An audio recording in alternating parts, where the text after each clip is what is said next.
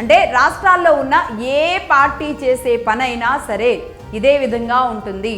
కొడుకు ఎలా వ్యవహరిస్తున్నాడో అంటే ఒక మంచి కొడుకు, ఒక అవగాహన లేని కొడుకు ఏం చేశాడు, ఇలాగే ఇటు తీసి అటు పెట్టి అటు తీసి ఇటు పెట్టి ఏం చేశాడో అర్థం కాక ఏమేమైపోయిందో తెలియక చివరికి మళ్ళీ అప్పులకు వెళ్ళి తండ్రి దగ్గర అప్పు కూడా సరిపోక మళ్ళీ ఇంకొక చోటుకి వెళ్ళి తెచ్చినట్టుగానే సేమ్ రాష్ట్రాలు కూడా ఒక అవగాహన, ఒక ప్లానింగ్ లేని రాష్ట్రాలు కూడా కింద మీద చేసి కేంద్రం దగ్గరికి వెళ్ళి తిరిగి వీళ్ళతో చెప్పించి డబ్బులు తీసుకొచ్చి మళ్ళీ ఇక్కడిచ్చే పథకాలకి ఎక్కడా కూడా కేంద్ర ప్రభుత్వాల పేర్లు అనేవి చెప్పకుండా ఇలా ముందుకు తీసుకెళ్తూ ఉంటారు. ఇంకా చెప్పాలంటే ఆర్బీఐ దగ్గరికి వెళ్ళి మళ్ళీ ఇంకా అప్పులు తెచ్చుకుంటూ ఉంటారనమాట.